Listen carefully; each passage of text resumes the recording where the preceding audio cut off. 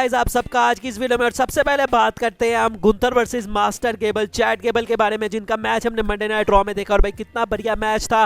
तो भाई raw talk के अंदर जो चैट गेबल है उन्होंने गुंथर को यहाँ पर वार्निंग दे दी और उन्होंने कहा कि भाई समर स्लैम के बाद मैं तुम्हारी तरफ आ रहा हूँ, तो भाई तुम अपने आप को रेडी कर लो, take care of your business, I will be waiting for you. तो भाई इस तरह से चैट गेबल ने गुंथर को वार्निंग दे दी। और भाई क्या हमें इनकी फ्यूड देखने को मिलेगी, और अगर गुंथर तब तक आईसी चैंपियन रहते हैं तो आईसी चैंपियनशिप के लिए भी हमें इनकी फ्यूड दिखाई दे सकती है। तो भाई आपको क्या लगता है, क्या ये फ्यूड डिलीवर कर सकती है? मुझे तो लगता है भाई काफी बढ़िया ये फ्यूड होने वाली है। अगली स्टोरी की तरफ बढ़ते हैं। और भाई कल मैंने आपको बताया था कि कोडी रोड्स की डॉक्यूमेंट्री के अंदर ट्रिपल एच ने किस तरह से जो AEW है उनकी भाई बेइज्जती मार दी, जब उन्होंने सेकेंडरी प्रमोशन कह के जो AEW है भाई उनको पुकारा था। तो भाई इसका रिप्लाई अब जो टोनी खान है उन्होंने दिया है। और भाई एक इंटरव्यू के दौरान उन्होंने यहाँ पर कहा कि भाई हमारा जो मैच मतलब होने वाला है पेपर व्यू जो ऑल इन होने वाला है भाई उसके अंदर हम नंबर 1 जा चुके हैं यूके में, क्योंकि भाई हमने 70,000 प्लस टिकट सेल कर ली हैं। और भाई वो 2 या 2500 आई थिंक 2500 टिकट सिर्फ रह गई हैं। अगर वो सेल कर लेते हैं तो रेसलमेनिया 32 जो कि ऑल टाइम भाई ग्रेट है टिकट सेल्स के बारे में, वो उसको भी पीछे छोड़ देंगे।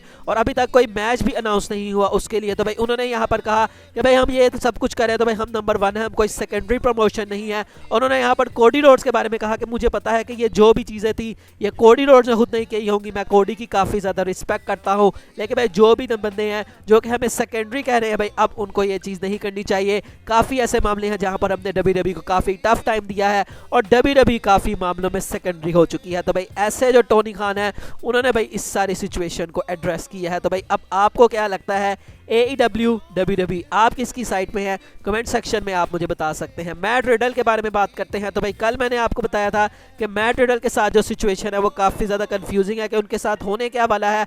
तो अब भाई रिपोर्ट्स आ चुकी हैं और अब बताया जा रहा है रेसलिंग ऑब्जर्वर की तरफ से कि WWE का कोई भी इरादा नहीं है मैट रिडल को किसी भी किस्म का कोई पुश देने का। और भाई अब हम आने वाले टाइम में यही देखेंगे कि उनको कुछ भी मेजर नहीं दिया जाएगा। और इसकी रीज़न है भाई उनकी पर्सनल लाइफ जिसके अंदर जो मतलब मसले वगैरह चलते हैं, तो उसकी वजह से भाई जो रिडल है वो अब हमें फोर्सिएबल फ्यूचर में कुछ भी अच्छा करते हुए दिखाई नहीं देने वाले। अगली स्टोरी भाई रिडल के ब्रदर रैंडी ऑर्टन से जुड़ी है। और भाई रैंडी ऑर्टन का स्टेटस मुझे भाई पता नहीं लगता कि आखिर होने क्या वाला है रैंडी के साथ। तो अब भाई रैंडी ऑर्टन के बारे में फाइटफुल ने इस चीज़ को रिपोर्ट किया कि रैंडी ऑर्टन ठीक है भाई वो हील तो कर रहा है, लेकिन वो उतना अच्छा हील नहीं कर पा रहा कि वो WWE की रिंग के अंदर वापस आ सके। तो भाई अब ये यहाँ पर प्लान्स हैं।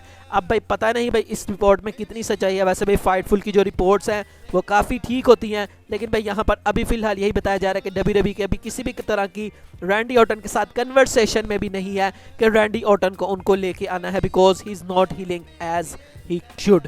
तो भाई अब पता नहीं रैंडी ऑर्टन के साथ क्या होने वाला है। हम तो होप कर रहे थे कि भाई समर स्लैम में वो आ जाएंगे। तो अब भाई समर स्लैम से 2-4 दिन पहले फिर इस तरह की रिपोर्ट आना, तो पता नहीं भाई रैंडी ऑर्टन के साथ क्या होने वाला है और कब वो हमें दिन मतलब वो कब दिन आएगा जब वो हमें WWE में देखने को मिलेंगे। WWE को भाई खुद तो लेकिन काफ़ी फ़ायदा हो रहा है। तो भाई WWE की क्वार्टर कॉल्स आ चुकी हैं और भाई इस क्वार्टर कॉल में भी WWE को भाई बहुत ज़्यादा फ़ायदा हुआ। रेवेन्यू वाज $410.3 मिलियन और ये 25% इंक्रीज़ है लास्ट ईयर के क्वार्टरली से। उसके अलावा each WWE PPV set global unique viewership records, north American live events revenue increase nearly 50% versus last year with average attendance being nearly 10,000 a quarterly record. तो भाई इस तरह से जो WWE है भाई उनको पैसों के मामले में कभी भी ऐसा नहीं होता कि भाई कोई नुकसान हो। तो इस बार भी WWE को छप्पर फाड़ के पैसा भी जनरेट किया है WWE ने। अगली स्टोरी LA नाइट से जुड़ी। भाई LA नाइट इस वक्त रूल कर रहे हैं WWE को। तो भाई जुलाई के मंथ में उन्होंने मर्चेंडाइज सेल्स में सबको पीछे छोड़ दिया। नंबर 1, नंबर 3, नंबर 4, नंबर 5 ये सब यह जो लिस्ट के अंदर है LA नाइट सब के ऊपर छाए हुए हैं। मतलब सिर्फ नंबर 2 पे कोडी रोड्स हैं, उसके अलावा नंबर 1, 3, 4, 5 सब जगह LA नाइट और रोमन रेंज को भी उन्होंने इस चीज़ को में पीछे छोड़ दिया है। और लास्ट मंथ की अगर हम बात करें तो भाई उनकी 4th हाईएस्ट मर्चेंडाइज थी, लेकिन इस मंथ में जुलाई के मंथ में उन्होंने रोमन रेंज को भी पीछे छोड़ दिया है। तो भाई LA नाइट के साथ WWE को कुछ ना कुछ तो करना पड़ेगा। इतनी मर्चेंडाइज सेल्स, इतना फ़ायदा अगर वो WWE को दिला रहे हैं तो भाई उनका भी कुछ फ़ायदा WWE को दिलाना चाहिए। तो मुझे भाई फीलिंग आ रही है कि आने वाले दिन LA नाइट के लिए काफ़ी ज़्यादा बढ़िया होने वाले हैं। हमारे लिए भी आने वाले दिन बढ़िया हो सकते हैं, क्योंकि अगली स्टोरी विंस मैकमैन से जुड़ी है। और भाई विंस मैकमैन के बारे में मैंने आपको बताया था कि भाई उनकी स्पाइनल जो है वो इंजरी हुई है और उसके बाद उन्होंने सर्जरी कराई और काफ़ी लंबी सर्जरी थी। तो अब भाई WWE ने इस चीज़ को कंफर्म कर दिया है कि WWE के अंदर जो विंस मैकमैन है वो नहीं आ रहे और वो एक मेडिकल लीव पे हैं 21 जुलाई से। और ये जो लीफ है ये काफ़ी बड़ी होने वाली है, क्योंकि यहाँ पर ये बताया गया कि भाई फोर्सिबल फ्यूचर में जो विंस मैकमैन है भाई अभी तो फिलहाल वो वापस नहीं आने वाले। तो भाई ये हमारे लिए एक अच्छी न्यूज़ है। हम होप तो करेंगे कि वो रिकवर जल्दी से करें, लेकिन भाई वो WWE में नहीं आते तो काफ़ी लोग भाई खुश रहते हैं। जो बैक स्टेज का माहौल है, स्टार्स का जो माहौल है वो काफ़ी ज़्यादा बढ़िया रहता है। तो भाई इस तरह से जो विंस मैकमैन है अभी फिलहाल भाई वो मेडिकल लीव के ऊपर गए हुए हैं, और उनके ऊपर भाई कुछ एलिगेशंस भी लगी थी कुछ 5 दिनों में, जिसका कुछ भी रिजल्ट नहीं आया। और भाई उनके ऊपर कोई भी चार्जेस फिलहाल इसके बारे में कुछ बताया नहीं गया, कोई भी चार्जेस विंस मैकमैन के ऊपर नहीं लगे।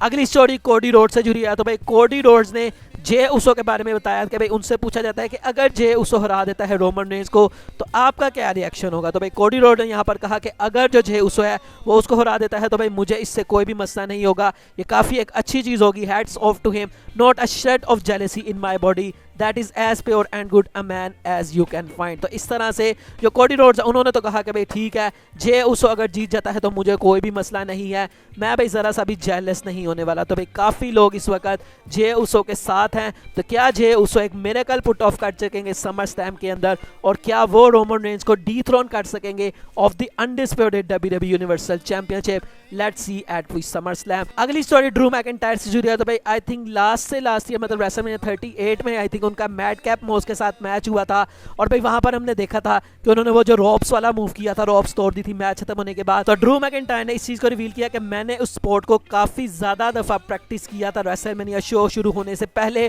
और भाई मैंने प्रैक्टिस के दौरान अगर 10 दफा वो चीज की है तो भाई 10 में से 6 दफा मेरा वो तुक्का लगता था और 4 दफा वो चीज गलत भी हो जाती थी। तो इस वजह से भाई मैं काफी ज्यादा कंफ्यूज था जब रेसलमेनिया में मैं सब बंदों के सामने गया कि किस तरह से भाई मैं उस मूव को परफॉर्म करूंगा, क्योंकि भाई हर दफा मेरा वैसे लग भी नहीं रहा था, परफेक्टली एग्जीक्यूट नहीं हो पा रहा था। लेकिन हमने देखा कि भाई उन्होंने रेसलमेनिया में जब वो मूव परफॉर्म किया तो भाई वो काफ़ी ज़्यादा परफेक्शन से उनका परफॉर्म हो गया। तो भाई ये छोटी सी स्टोरी थी जो कि ड्रू मैकिंटायर ने रिवील की। आज की फाइनल स्टोरी की तरफ बढ़ते हैं, और भाई समर स्लैम का एक काफ़ी बड़ा मैच जो कि सबका ड्रीम मैच है। तो भाई अब इसकी जो राहें हैं वो खुलना शुरू हो चुकी हैं। तो भाई सेथ रॉलिंस ने रिसेंटली जे उसो के बारे में कहा कि भाई अगर तो मैं वो बंदा नहीं हूं जो कि रोमन को हराता है तो इट विल बी जे उसो के। जे उसो वो बंदा है जो कि वाकई में रोमन रेंज को हरा सकता है। तो भाई यहाँ से जो सेथ रॉलिंस है उन्होंने पंगे लेने ज़रूर शुरू कर दी हैं रोमन रेंज से, और रिसेंट में वो काफ़ी इंटरव्यूज़ में रोमन रेंज के बारे में बात कर रहे हैं। तो अगर तो भाई जे उसो नहीं जीतने वाले, जो कि काफ़ी हद तक चांसेस है कि जे उसो जीतने नहीं वाले,